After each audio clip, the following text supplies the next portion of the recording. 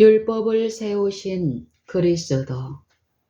대저 여호와는 우리 재판장이시요 여호와는 우리에게 율법을 세우신 자시요 여호와는 우리의 왕이시니 우리를 구원하실 것임이니라.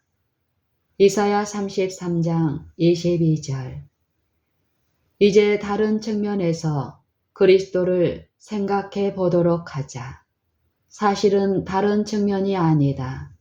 창조주로서의 지위에서 자연이 발생되는 측면이다. 왜냐하면 창조하신 자는 지도하고 다스릴 권리가 있기 때문이다. 왜냐하면 창조하신 자는 지도하고 다스릴 권리가 있기 때문이다. 요한복음 5장 22절로 23절에서 그리스도는 이렇게 말씀하셨다. 아버지께서 아무도 심판하지 아니하시고 심판을 다 아들에게 맡기셨으니 이는 모든 사람으로 아버지를 공경하는 것 같이 아들을 공경하게 하려 하심이라. 아들을 공경치 아니하는 자는 그를 보내신 아버지를 공경치 아니하느니라.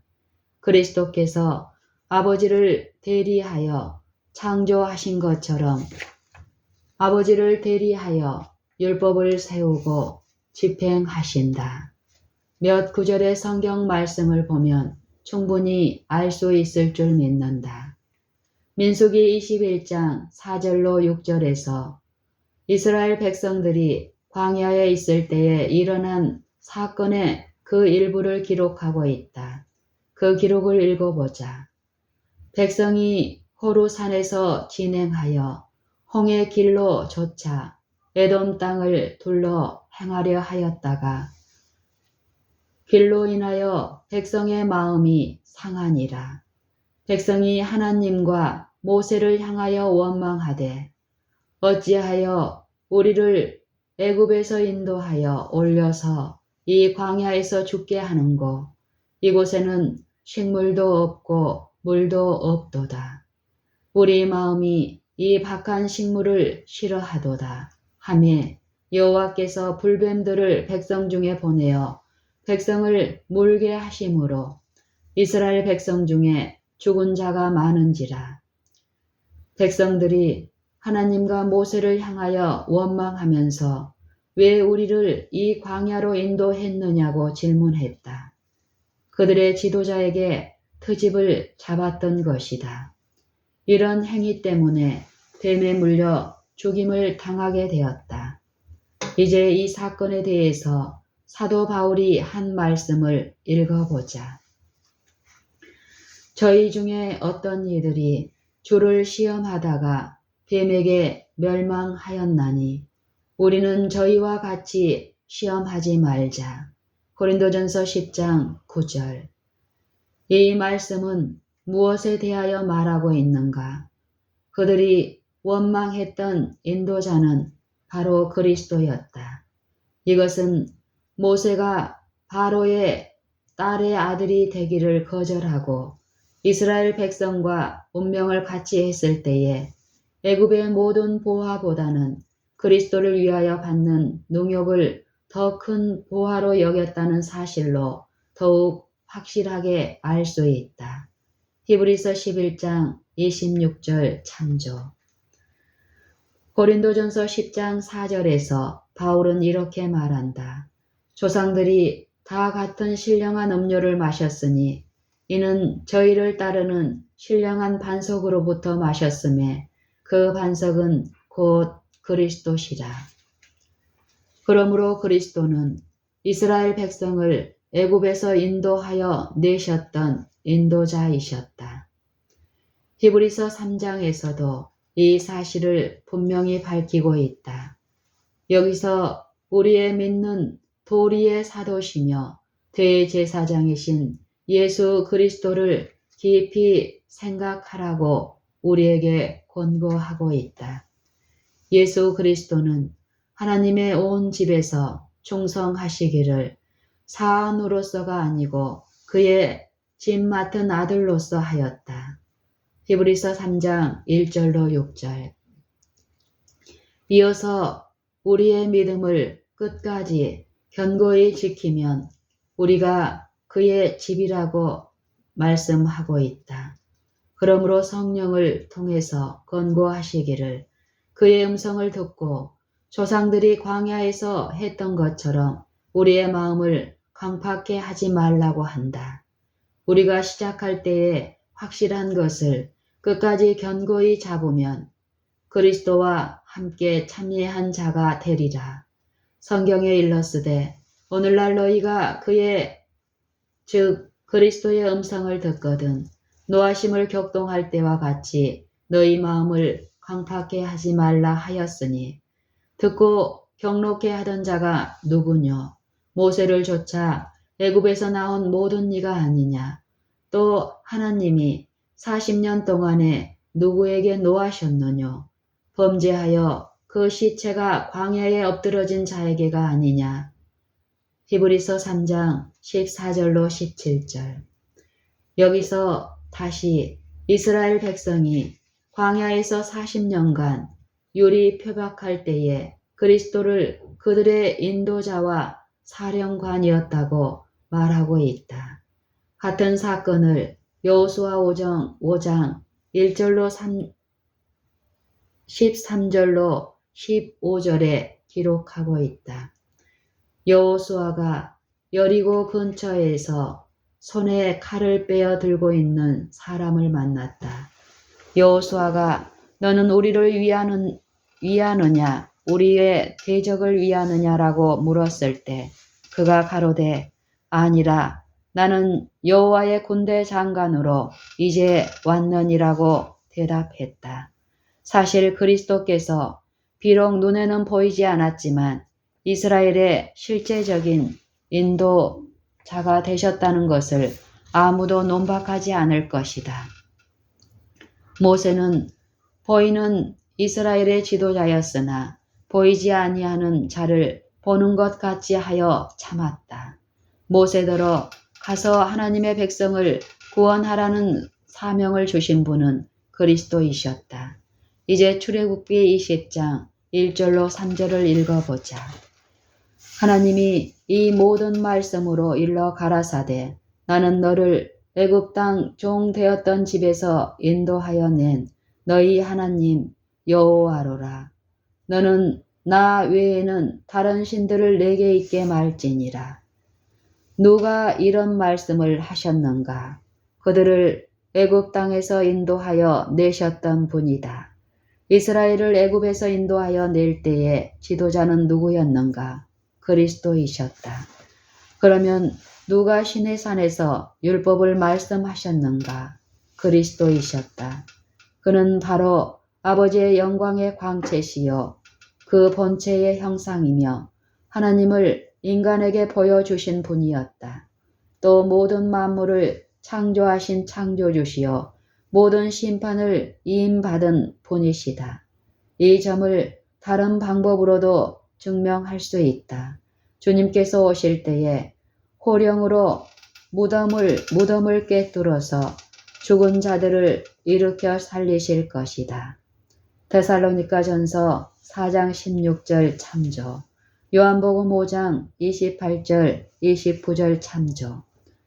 여호와께서 높은 데서 부르시며 그 거룩한 처소에서 소리를 발하시며 그 양의 우리를 향하여 크게 부르시며 세상 모든 거민을 대하여 포도 밟는 자같이 외치시리니 요란한 소리가 땅끝까지 이름은 여호와께서 열국과 다투시며 모든 육체를 심판하시며 악인을 칼에 붙이심을 인함이라 하라.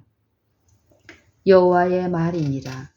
예레미야 25장 30절 31절.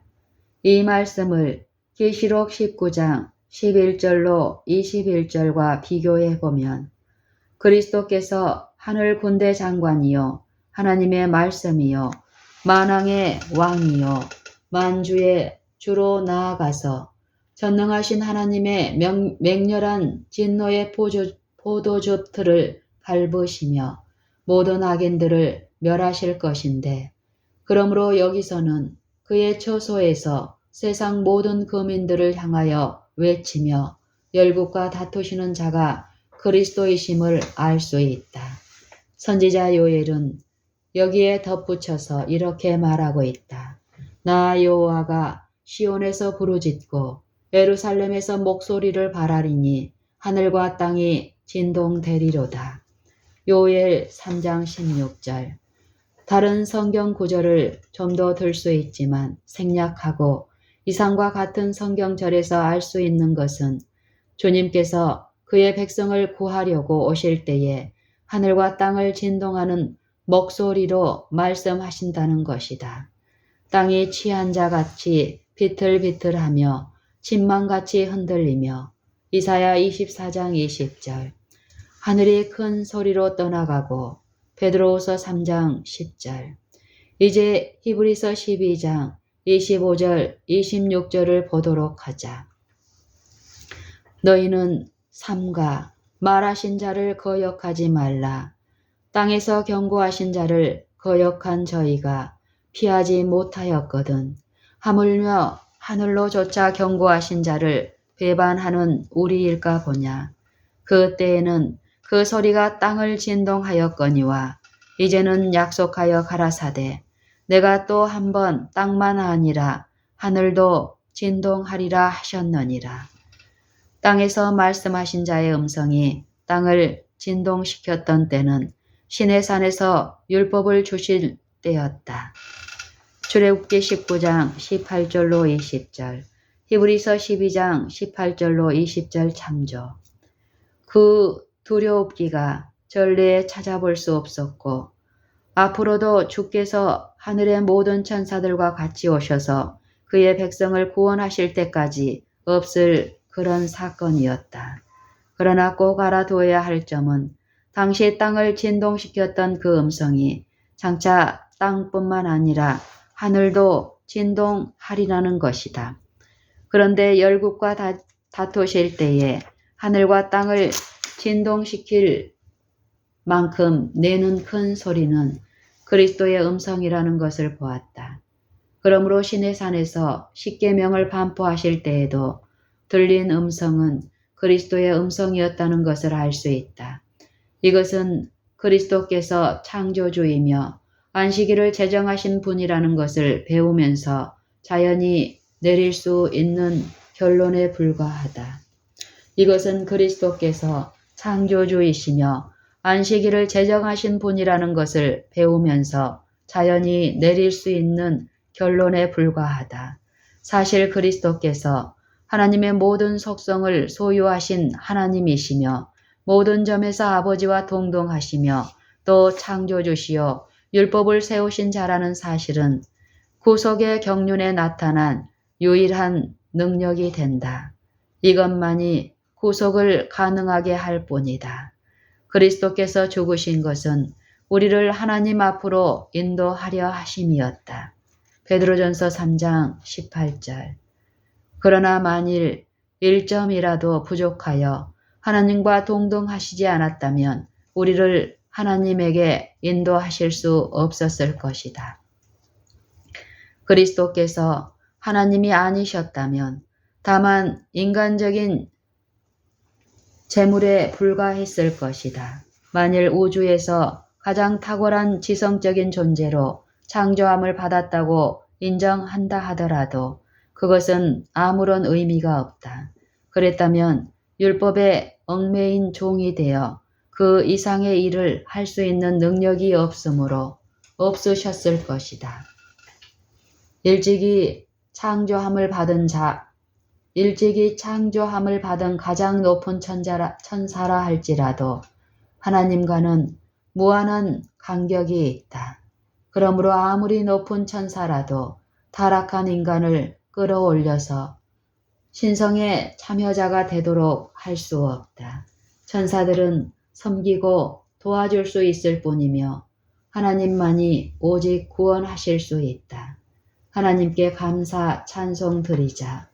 그리스도 예수 안에 있는 구속으로 말미암아 우리가 구원을 받았도다. 신성의 모든 충만하심이 그리스도 안에 육체로 거하시며 그러므로 그리스도를 힘입어 하나님께 나아오는 자들을 온전히 구원하실 수 있는 것이다. 이 진리는 그리스도께서 하나님의 말씀이라고 불리우는 까닭에 관하여 보다 완전한 이해를 갖도록 해준다. 그리스도를 통해서 하나님의 뜻과 능력을 인간에게 알려주셨다. 이를테면 그리스도는 하나님의 대변자여 보이는 하나님이라는 말이다. 그리스도는 하나님을 인간에게 선포하셨고 알려주셨다. 아버지의 기쁨은 그리스도 안에 모든 충만이 거하신다는 것이다. 그렇다고 그리스도를 창조주와 율법을 주신 분으로 높인다고 해서 혹자들이 생각하는 것처럼 아버지가 제2의 지위로 격하되는 것이 아니다. 왜냐하면 아버지의 영광이 아들을 통해서 빛을 발하기 때문이다. 오직 아들을 통해서 하나님을 알게 되기 때문에 분명한 것은 그리스도를 공경하지 않는 자들이 하나님을 영화롭게 할 수 없는 것이다. 그리스도께서 친히 말씀하신 것처럼 아들을 공경치 아니하는 자는 그를 보내신 아버지를 공경치 아니하느니라. 요한복음 5장 23절. 그리스도께서 하나님과 인간 사이의 중보자이면서 어떻게 율법을 주신 자가 될 수 있다는 말인가 하는 의문이 생기는가? 어떻게 그렇게 될 수 있는가를 설명할 필요는 없고 다만 성경에서 이러이러하다고 하신 말씀을 받아들일 뿐이다. 그리스도께서 하나님과 인간 사이의 중보자이시면서 어떻게 율법을 주신 자가 될 수 있다는 말인가 하는 의문이 생기는가? 어떻게 그렇게 될 수 있는가를 설명할 필요는 없고 다만 성경에서 이러이러하다고 하신 말씀을 받아들일 뿐이다. 또 그렇다고 하는 사실은 구속의 교리에 활력을 준다. 죄인이 값없이 완전한 용서를 받을 수 있다는 보증은 율법을 세우신 자가 반역하고 거절한 우리를 위하여 자기 자신을 바쳤다는 사실에 있다. 인간의 죄값을 치르기 위하여 자신을 바치신 하나님의 순수한 의도와 우리를 향한 인간의 죄값을 치르기 위하여 자신을 바치신 하나님의 순수한 의도와 우리를 향한 온전히 선한 뜻을 어느 누가 의심할 수 있겠는가? 아들이 멀리 떨어져 있으면서 구속을 베풀었다고 생각하지 말라.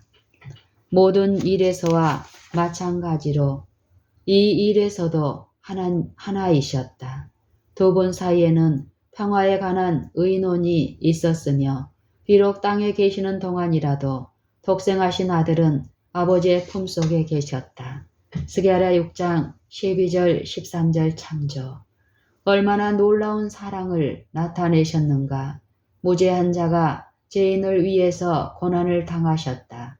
의로운 자가 불의한 자를 위해서, 창조주가 피조물을 위해서, 율법을 제정하신 자가 범법자를 위해서, 왕이 그의 반역한 신하들을 위하여 고통을 당하셨다. 하나님은 그 자신의 아들도 아끼지 아니하시고 우리 모두를 구원하기 위하여 거저 내어주셨다.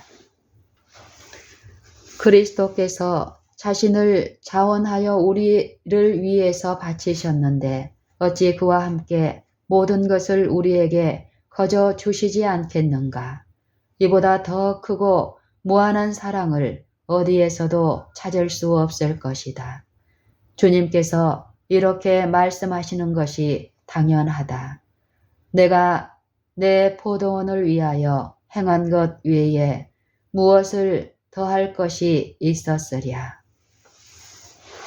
이사야 5장 4절.